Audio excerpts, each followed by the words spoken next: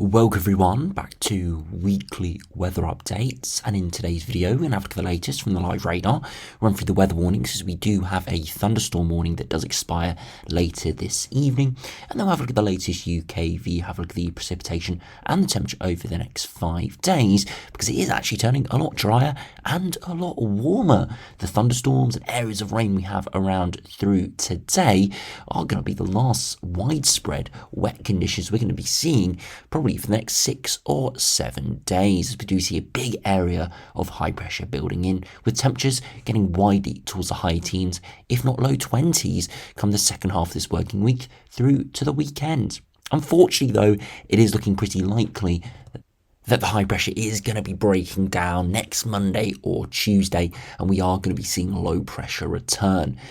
Depending on how quickly that transition is, it could be fairly seamless towards cooler, wetter conditions, or we could actually see a bit of a thundery breakdown, all dependent on how quickly that low moves in and its positioning. But it is looking quite likely now that we will be turning cooler and more unsettled one way or the other in around 7 or 8 days time, and that could set the scene for the middle period of the month. But at least we've got a good 5 or 6 days now of more early summery conditions. As I said, last day of widespread precipitation today for at least next week or so. So do remember, if you enjoy my videos, please do like and subscribe, and remember to follow me on Twitter as well. The link is in the description. Now, if you start on the live radar, we've kind of got 2 major areas of precipitation around at the moment. We've got some persistent heavy rain in the southeast with a few little areas of torrential rain, but for most of these areas it's been fairly moderate rainfall, but it's been here for the past 6 to 8 hours, lasting throughout most of today. You can see it's starting to break up now, but still some heavier pulses towards Essex, and maybe a bit of some thundery rain there down towards Brighton. To the west of this, we've seen a bit of sunshine today, but that's allowed these heavy thundery showers to pop off, and we are seeing these continue through this evening. You can see they are fairly isolated, and they aren't huge multi-celled systems. They are more pop-up storms. Where they do occur could be pretty torrential, pretty severe, but you can see majority, 90%, are not seeing the torrential rain and not seeing any rain at all, really. So if you get caught in these through this evening, it is a little bit unfortunate, but they are around, pretty slow moving, so again, could be some disruption.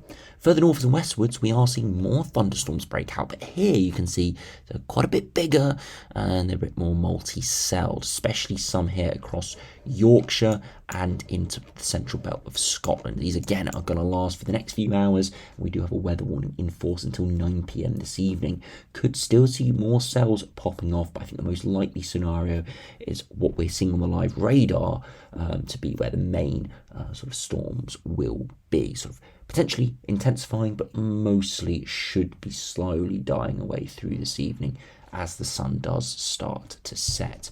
Well, we've avoided the rain in the southeast and these thunderstorms further westwards. It's not been too bad of a day, and you see the temperatures through this afternoon are warm in those areas that avoid the rain, especially across parts of the Midlands here. Temperatures high teens, maybe even touching 20 degrees where we have avoided those showers. But you see further southwards, much cooler towards the London area, maybe low teens at best, and the same can be said where we've seen the thunderstorms further westwards and northwards. But fortunately, into tomorrow, it is going to be turning drier and warmer for all. We will still see a few showers around through tomorrow, and we could still see some more persistent rain for western Scotland later in the week, but for most it is going to be fairly bone dry for the next 5, 6, maybe even 7 days. If you look at the weather warnings, you can see we have got a thunderstorm warning issued through the rest of today through to 9 p.m. We do have a warning further south and eastwards, but that has expired now. Really didn't see much in the way of that warning. Maybe that one sort of area of precipitation we're seeing around Brighton. Have a bit of lightning in that, but mostly it's just been persistent rain in the southeast. See, thunderstorms and heavy downpours may cause flooding and travel disruption. It was only issued early this morning, only 3 hours before it came into force, and again I've stated my gripes with issuing very late warnings. I get it if it's suddenly an increase to an amber or something like that, Well, we've got very, very short notice on the intensity. For example, sort of winter time, we could see a snow streamer setting up. I do get that. But in this sort of scenario, we knew there were going to be thunderstorms in these areas for the past couple of days. So I do think in these sort of scenarios where there could be significant disruption from the storms, we should see a preemptive warning issued. The models were on board with thunderstorms for the last couple of days, so I don't see why this was issued at 10 a.m. I guess the overnight runs maybe upgraded it slightly, crossed that yellow threshold, but it becomes kind of redundant because I doubt anyone saw this warning and suddenly changed their plans, because by the time they saw the warning, the whole morning had gone and people might have been out doing stuff. So really, we should see warnings issued the day before at the latest. I do get sometimes it's a little bit, there's a lot of uncertainty, but in these sort of scenarios, we knew there were going to be thunderstorms around. Because it does expire in a few hours' time, and you can see 20 to 40 millimeters in some areas, and again, mostly heavy showers and pop-up thunderstorms developing. Not too severe, but nonetheless still more torrential than just a standard day of sort of spring showers. See, it is high impact or medium impact and very low likelihood because of the sporadic nature. Now, if you go over to the latest UKV, you can see all that precipitation slowly clearing away through this evening, and as we head through around midnight, most of the precipitation is actually completely dissipated. So we aren't expecting much of this precipitation to hang around. As I said, from now on, the next sort of 6 hours, I am expecting it to slowly lose its intensity, all the rain up and down the country. As we enter tomorrow, you can see it is again a fairly dry day, some cloud around, but some breaks in that cloud. When we see the breaks, we could see another few pop-up thunderstorms or showers, mainly in the west, but you can see they are fairly minute and very isolated. So for most, it's going to be a fairly dry day. As we head into Wednesday, a similar story, but as I said, for Western Scotland, maybe Northern Ireland, we could see a bit of rain heading in, and that's due to the fact that there's this weather front coming around the high pressure system, and you can see that rain could persist through Wednesday evening, but it is slowly dissipated away by Thursday, and again, could be a trail of a few showers, but mostly dry again through Thursday. Similar story into Friday, maybe a few isolated showers around, but for most, another very dry day, and that continues into the weekend, where we could actually see the peak of the warmth and the dry conditions. Saturday and Sunday could be by far the warmest period, could even, as I said, get towards the low to maybe mid-20s. By Friday, we're looking at 21, 22. By Saturday, it could be 23, 24, and the same on Sunday before we slowly lose the high pressure through Monday and Tuesday. If we look at the upper air temperatures, you can see the upper air temperatures are around average or slightly above at the moment, and they're going to slowly increase over the next couple of days. You can see a bit of an intrusion of colder air there from the northwest, and that's bringing that precipitation through Tuesday and Wednesday. But it is only a small intrusion. It's not really going to make headway into the main bulk of the British Isles. You can see warm air, or very warm air, starts to arrive through Thursday and consolidate through Friday and Saturday. You can see even the 10 or 11 degree isotherm could move up for Saturday and Sunday. That, as I said, could bring us those mid-20s. Now, if you look at the max temperatures over the next few days, you can see this afternoon maybe hitting 19, 20 degrees across some parts of the Midlands today, but most still in the low teens where we've had rain. As we head towards Tuesday, again, we could see those temperatures get up towards 18 to 20 degrees as it starts to turn warmer, and you see it's quite a bit more widespread, those warmer conditions. As we head into Wednesday, warmer once again, and that warmth heading further northwards, again, only 18 to 20 degrees, with still plenty of cloud around. If we did see the breaks in the cloud, I wouldn't be surprised to see 20 or 21 somewhere. Into Thursday, similar conditions, even warmer though, 20 to 22, and again seeing 17, 18 degrees all the way to the north of Scotland as the warmth is spreading.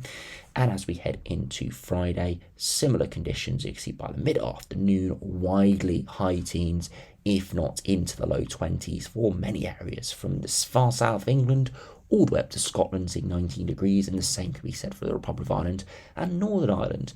You can see it is widespread 20 to 22, and I wouldn't be surprised again to see an isolated 23 or 24, and that could be a little bit more widespread into the weekend. So you can see no heat wave coming, but definitely a much warmer spell and definitely a much drier spell, especially for England and Wales.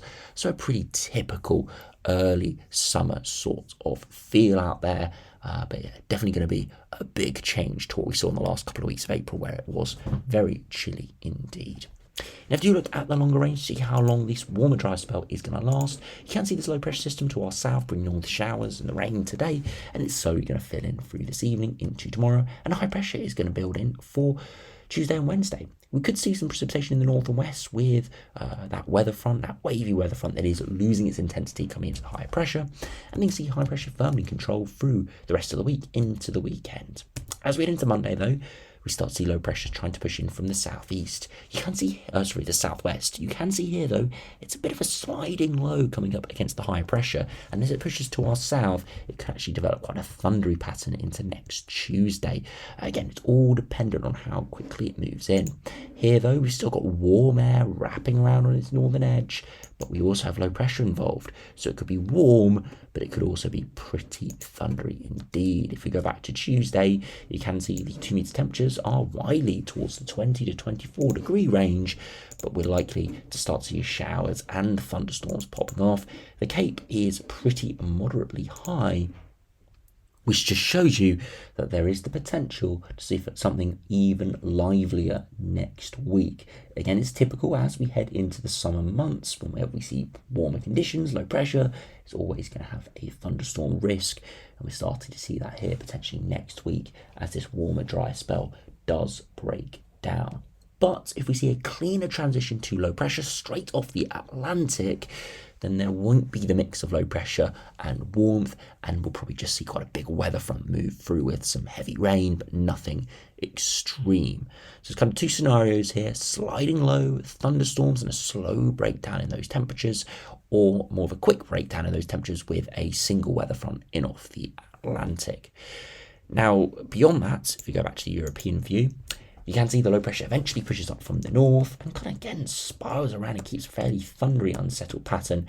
And eventually we do start to see proper low pressure coming in off the Atlantic, and this would encourage fresher air masses developing. And you can see that we are trending back towards average or below average again.